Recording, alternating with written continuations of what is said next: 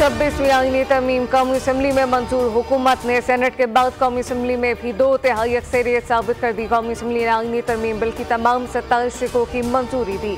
वज़ीर आज़म ने पार्लियामेंट से मंजूर आईनी बिल पर दस्तखत कर दिए। 26वीं आईनी तरमीम दस्तखत के लिए ऐवान सदर को अरसाल।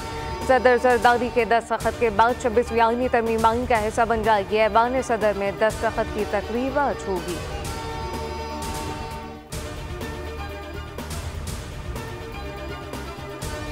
माजी में महलाती साजिशें करके वज़ीर आज़म को घर भेजा जाता रहा, अब किसी को घर नहीं भेजा जा सकेगा। 26वीं आईनी तरमीम की मंजूरी के बाद कौम को मुबारकबाद देता हूँ।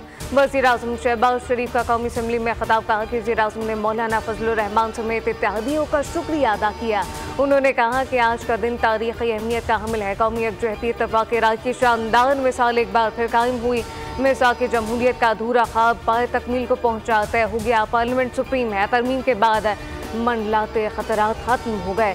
मनमाने फैसलों का खात्मा होगा। तरमीम से मुल्क का मुस्तक़बिल मज़ीद मजबूत होगा।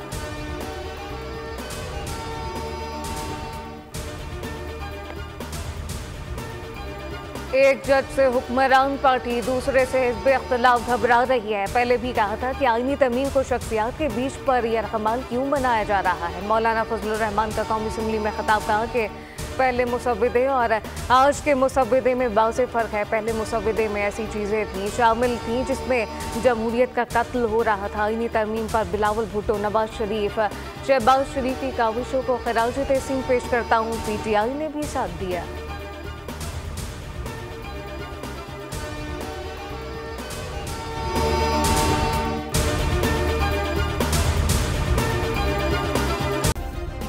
सब्सक्राइब करें और बेल दबाएं ताकि कोई खबर रह न जाए।